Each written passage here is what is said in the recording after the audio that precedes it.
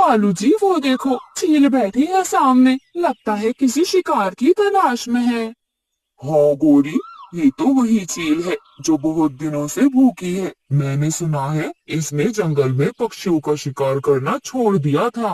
कालू जी, आपको याद है जब इस जंगल में बहुत सारे पक्षी हुआ करते थे, तब हम ही दोनों तो इसके लिए शिकार लाया करते थे। हाँ गोरी, और बदले में हमें ये क्या कुछ नहीं दिया करती थी। लेकिन कालू जी, इसने तो पक्षियों का मांस खाना छोड़ दिया था, फिर अब ये क्यों मांस खाने लगी फिर से। गोरी, मैंने सुना है अब चील का मांस खाने का मन करता है। काफी समय पहले इसने बुलबुल के बच्चे को पकड़ा था। हाँ हाँ कालू जी, और अब तो बुलबुल भी नजर नहीं आ रही।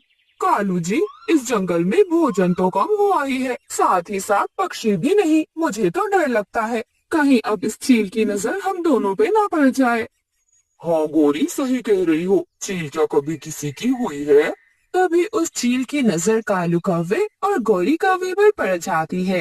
अरे अरे, ये तो कालू और गोरी हैं। चलो इन दोनों से ही मदद मांगती हूँ। और फिर चील उड़ती हुई कालू कौवे और गोरी कौवे के पास आ जाती है। कालू गोरी, तुम दोनों कैसे हो और भाग कहाँ रहे थे मुझे देखकर। चील दी, हम कहीं नहीं जा रहे थे, कब से भोजन की तलाश कर रहे थे। सोचा कि देख लें, अगर भोजन हो तो ढूंढ लाएंगे। अच्छा अच्छा, सुनो अब मेरी बात। काफी समय हो गया मैंने मांस नहीं खाया। मेरा मन अब मांस खाने का कर रहा है। अगर तुम चाहो तो मेरे लिए मांस ले आना। उसके बदले में मेरे घर पर पोटली भरकर अनाज रखा है। अगर तुम मांस ला कर दोगी, उसके बदले में तुम्हें पोटली भरकर अनाज दूंगी। कम से कम 1 हफ्ते का अनाज है वो। सच चील जी, बस इतनी सी बात, आप चिंता ना करें, मैं और कालू जी आज ही जाएंगे। हाँ हाँ चील दी, अच्छा हम चलते हैं। और फिर कालू कौवा और गोरी कौवी दोनों दूसरे जंगल की ओर निकल जाते हैं। रास्ते में दूसरे जंगल में एक तोता पेड़ पर बैठा हुआ था। वो दोनों उसके पास जाते हैं। तोते भाई, क्या हुआ, बड़े उदास लग रहे हो। अरे कौवी बहन, क्या बताओ, जंगल में भोजन नहीं मिलता। अगर बिना भोजन के घोंसले में घुसो तो पत्नी के ताने सुनो। बस भोजन ही ढूंढ रहा था। अरे बस इतनी सी बात, हम तो इस जंगल में घूमने आए थे। सुना था यहाँ पर फूलों की बहुत अच्छी खेती होती है। खैर, हमारे जंगल में भोजन की कोई कमी नहीं। चलो हमारे साथ चलो, मैं तुम्हें दिखाता हूँ। मैं तुम्हें ऐसे फलों के बाग दिखाऊंगा जहाँ मीठे मीठे अमरूद होते हैं। साथ ही साथ लाल मिर्च और हरी मिर्च की खेती भी है। जी भर कर खाना मेरे दोस्त। सच? क्या तुम सच कह रहे हो? चलो चलो चलते हैं। वैसे भी मेरा छोटा मिट्टू भूखा है, उसके लिए तो अमरूद लाऊंगा। हाँ। और फिर कालू कौवा और गौरी कौवी मिठू तोते को अपने साथ लेकर उड़ जाते हैं। रास्ते में उन्हें रानो चिड़िया मिल जाती है। अरे अरे तोते भैया, आप कहाँ जा रहे हैं? और ये कौवी बहन और ये कौवे भैया कौन है? इस जंगल में मैंने पहले तो कभी नहीं देखा इन्हें।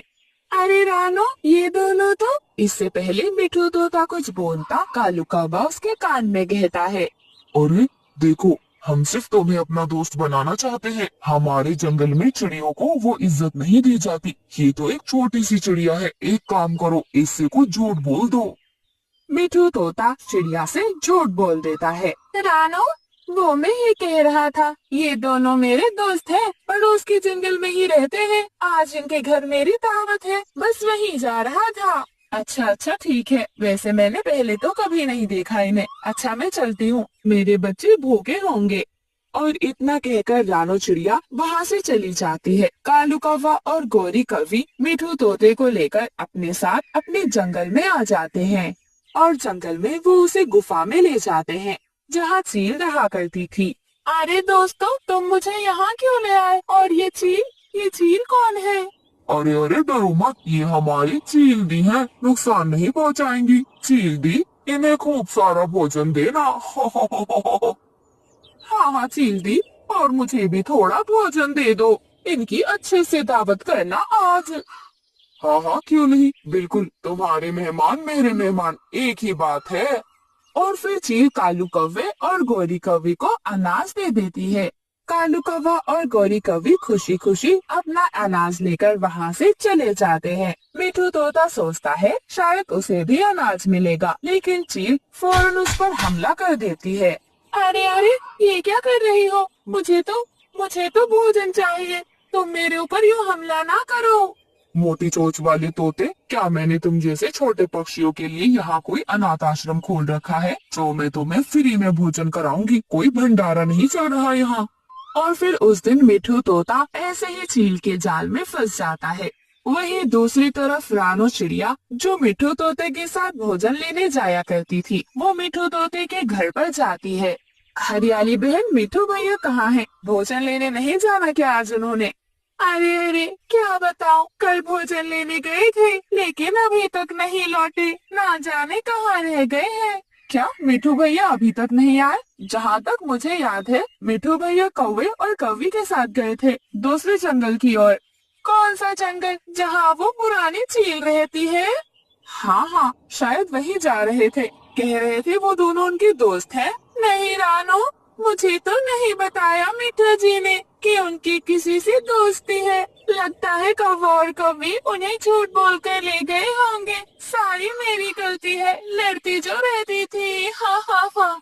हरियाली बहन, आप रोना बंद करें। आप चिंता ना करें, हम जाएंगे और जाकर मिठू भैया को ढूंढ कर लेकर आएंगे। आप घर में बच्चों का ध्यान रखना। मैं बंटी भैया के पास जाती हूँ। और फिर रानो चिड़िया बंटी कबूतर के पास जाती है। वो देखती है कि कालू कौवा और गौरी कौवी बंटी कबूतर के पास ही बैठे हुए हैं। रानो चिड़िया पेड़ के पीछे छुपकर सारी बातें सुनती है। हमारे जंगल में बहुत भोजन है, अगर तुम चाहो तो हमारे जंगल चल सकते हो। अरे लेकिन मैं तुम पर कैसे एतबार कर लूं कि तुम्हारे जंगल में भोजन है? कौवा और कौवी पर भरोसा नहीं करते हमारे जंगल के पक्षी। ठीक है, अगर नहीं करना तो भूखे मरो। कालू जी, क्या जरूरत है आपको यूँ इस तरह से कहने की? चले चले, इन पक्षियों को इज्जत रास नहीं है। अच्छा अच्छा, रुको, मैं चलता हूँ। बंटी कबूतर उसके साथ जाने ही वाला था, तभी रानो चिड़िया आगे से उसके पास आ जाती है। बंटी भैया रुक जाएं, इसके साथ कहीं ना जाएं। मैंने इनकी सारी बातें सुन ली हैं। कल ये मिठू भैया को भी लेकर गए थे और अभी तक मिठू भैया वापस ना आए। क्या इसका मतलब मैं सही सोच रहा था? तुम लोग हमें परेशान करना चाहते हो, हमें मारना चाहते हो। उस जंगल की चील जो बहुत जालिम है, उससे हमारा शिकार करवाना चाहते हो। तभी जंगल के कुछ और पक्षी वहाँ इकट्ठा हो जाते हैं और सब लोग कालू कौवे और गौरी कौवी की खूब पिटाई करते हैं। कालू कौवा और गौरी कौवी जैसे तैसे अपनी जान बचाकर वहाँ से भागते हैं। गौरी गौरी, क्या करे, अब तो हम दूसरे जंगल भी नहीं जा सकते। हाँ कालू जी, लगता है अब किसी और जंगल में जाकर रहना होगा। यहाँ ये पक्षी नहीं जीने देंगे और वहाँ पर वो चील। गोरी, अब कभी ऐसा काम नहीं करेंगे, ईमानदारी से जिंदगी जिएंगे। ऐसे ही कालू कौवे और गौरी कौवी को अपने किए की सजा मिल जाती।